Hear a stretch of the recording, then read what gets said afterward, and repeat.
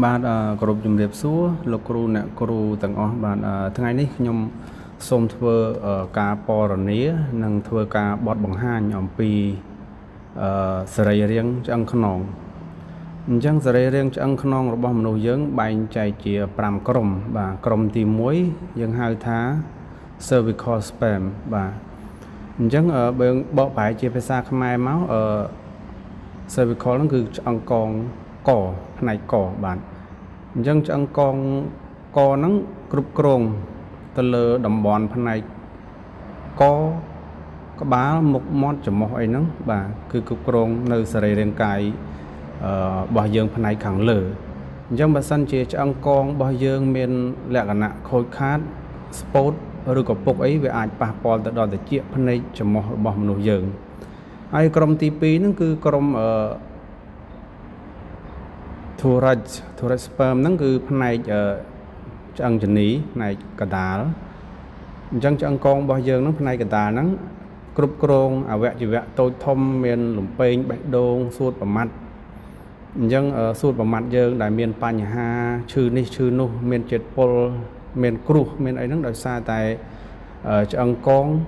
ផ្នែកកដាលផ្នែកឆ្អឹងជនីរបស់យើងហ្នឹងមានបញ្ហាវាអសកម្មឬក៏ដំណើរការមិនបានល្អ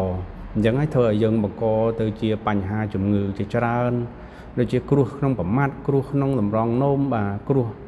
ធ្វើឲ្យថ្លើមយើងមានជាតិពុលអីចឹងបាទហើយក្រុមទី3ហ្នឹង lumpus ហ្នឹងគឺផ្នែកគេហៅថាផ្នែកចង្កេះឆ្អឹងកងផ្នែកចង្កេះហ្នឹងបាទអញ្ចឹងឆ្អឹងកងផ្នែកចង្កេះហ្នឹងវាគ្រប់គ្រងសរីរាង្គដូចជាតម្រងនោមផ្លោកនោមតាក់ទងនឹងស្បូនអីហ្នឹងបាទហើយតាក់ទងនឹងឈឺជើង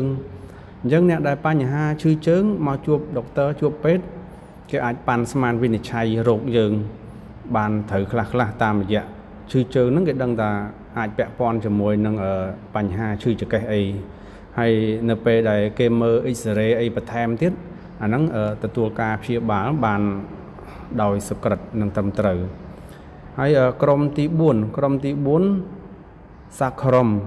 មបាទគឺផ្នែកគេហៅថាខ្មែរយើងគេហៅថាកតុយអណ្ដើកបាទកតុយអណ្ដើកហ្នឹង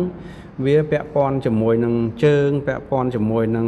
តម្រងនោមពាក់ព័ន្ធជាមួយនឹងសុខភាពផ្លូវភេទបុរសនារីបាទអាហ្នឹងតាក់ទងនឹងតំបន់អាំងតាគៀកអញ្ចឹងអ្នកដែលមានបញ្ហានៅតំបន់កតុយអណ្ដើកហ្នឹង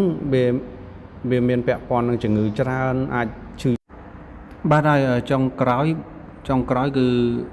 Corsi ហ្នឹងគឺជាប្រព័ន្ធបណ្ដុំរបស់ខ្ទុយអណ្ដើកដែរបាទជាចំណែកទី5បាទ